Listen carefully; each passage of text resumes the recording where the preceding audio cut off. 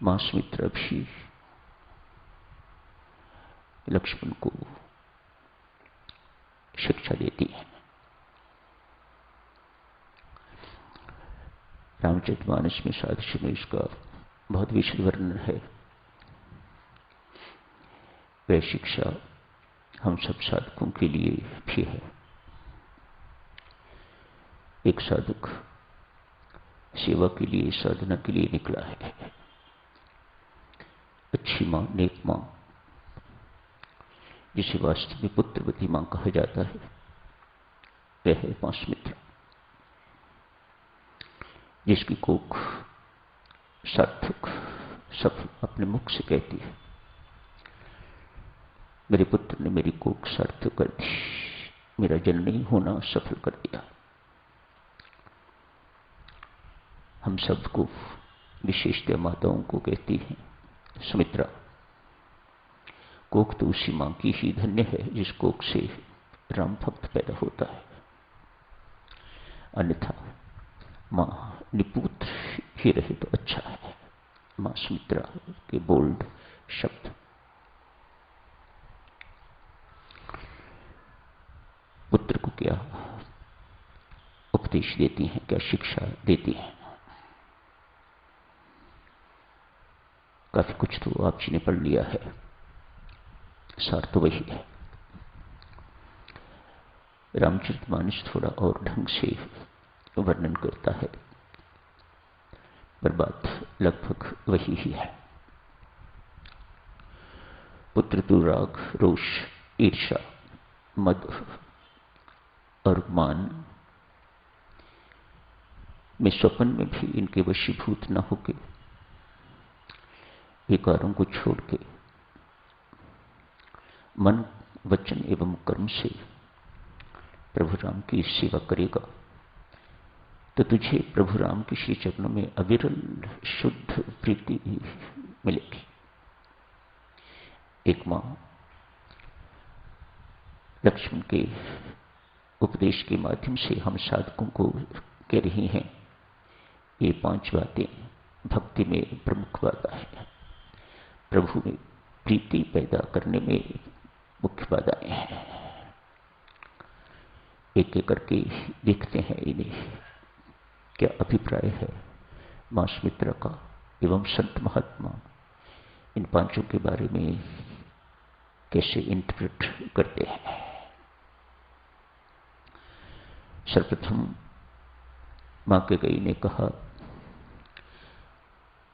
स्वप्न में भी इनके वशीभूत नहीं होना, राग, रोष, ईर्ष्या, मद एवं मान, इन 5 के स्वप्न में भी वशीभूत नहीं होना। उसी वक्त लक्ष्मण जी ने मन में निर्णय लिया, अपने ही मन में, अभी किसको कुछ कहा नहीं, मन ही मन निर्णय लिया। मां, आपने कहा है कि स्वप्न में भी इनके वशीभूत नहीं होना, मैं सोऊंगा ही नहीं तो स्वप्न कैसे आएगा। 14 वर्ष ना सोने का व्रत वहीं से ले लिया। तमसा नदी के किनारे आज पहुंचे। कल आप पढ़ेंगे,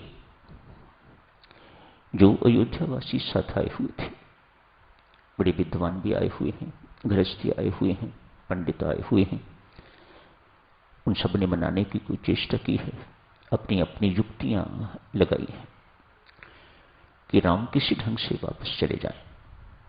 लेकिन राम तो पक्के हैं, वे किसी प्रलोभन या किसी युक्ति को स्वीकार नहीं करते।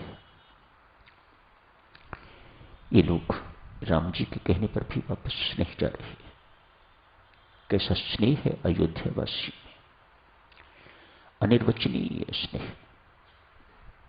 इसको वचनों में बद्ध नहीं किया जा सकता। सहज स्नेह, कोई बनावटी नहीं है, उन्हें कोई पैदा करना नहीं पड़ रहा। सहज स्नेह, सहज जो जिसे उत्पन्न नहीं करना चाहता होता है ही, स्वभाव से ही ऐसा है इनके साथ।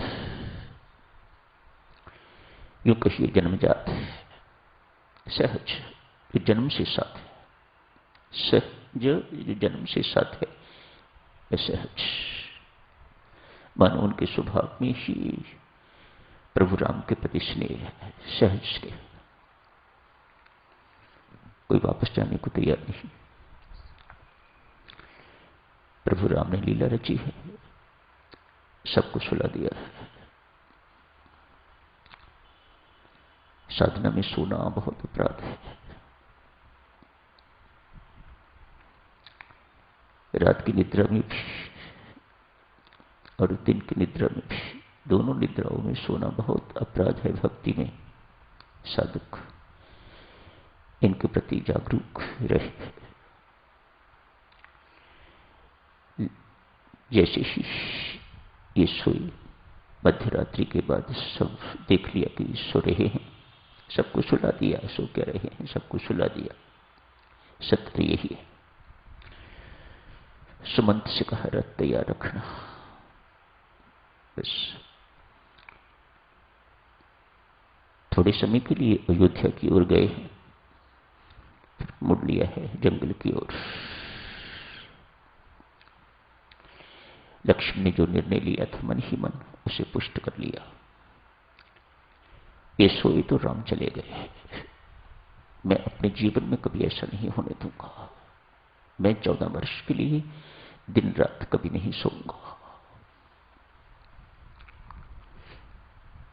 संत महात्मा भी, साधुजनों, सत्संग भी हमें यही सिखाता है। मात्र रात्रि की नींद से जगने के लिए ही नहीं, वह नींद जिसे मोह निद्रा कहा जाता है, जो खुली आंख सुलाती है दिन को भी और रात को भी, उस निद्रा से जागरूक जागते रहो।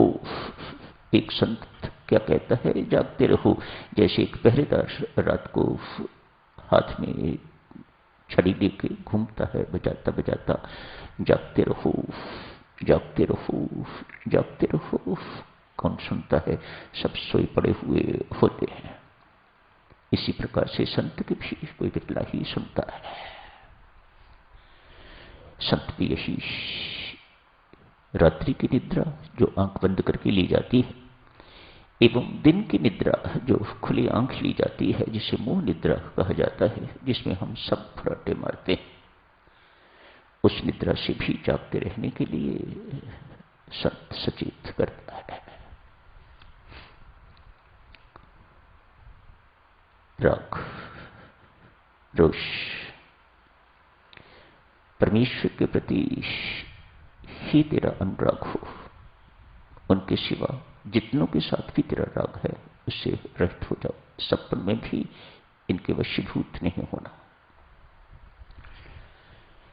संत महात्मा कहते हैं, उर्मिला के प्रति और मेरे प्रति तेरा राग नहीं होना चाहिए, पिता के प्रति तेरा राग नहीं होना चाहिए।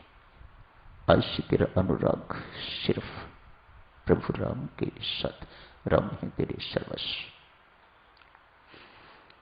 ये राग न रहे, अनुराग हो जाए। प्रभु राम के श्री चरणों में अनुरक्ति हो जाए। रोष, जो वे कहें, यदि तुम्हें लगे कि ये आज्ञा पालने योग्य नहीं है, तो रुष्ट न होना। रोष अर्थात गुस्से न होना। मां अपने पुत्र के स्वभाव को बहुत अच्छी तरह से जानती है। गलती से ना लक्ष्मण जी ने सीखा नहीं है, बर्दाश्त नहीं कर सकते। मानो हर चीज इमैक्युलेट होनी चाहिए, हर चीज बिल्कुल राम जी जैसी होनी चाहिए। यदि राम जी भी राम जी की तरह नहीं कुछ कहते तो लक्ष्मण पलट देते हैं।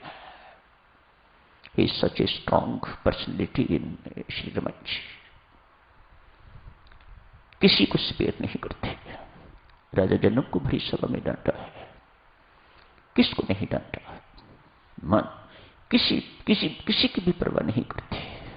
जो तनिक भी राम के विपरीत कुछ कहता है, वह इनसे असहनीय है, सहन नहीं कर सकते। कैसी प्रीति है प्रभु राम की, सहज प्रीति। ये कोई बनावटी चीजें नहीं है। बनावटी नहीं है तो फिर इनमें मिलावट भी नहीं है। बिल्कुल विशुद्ध प्रेम इन सबका प्रभु राम के प्रति। कैकेयी की करनी पर भी तुझे रोष न आए। मां सुमित्रा समझा रही है, मैं तेरे स्वभाव को बहुत अच्छी तरह से जानती हूं। तू चाहता तो वहीं सब कुछ उल्ट पुलट कर सकता था, लेकिन राम की इच्छा तूने जानी कि राम की इच्छा क्या है, बस वही अपनी तू इच्छा बनाता रहा है। आगे भी ऐसे ही करना। रोष के भी कभी वशीभूत न होना, राग के वशीभूत न होना, रोष के वशीभूत न होना। तो समय हो गया है साधक जनों, कल इस चर्चा को और आगे जारी रखेंगे। धन्यवाद।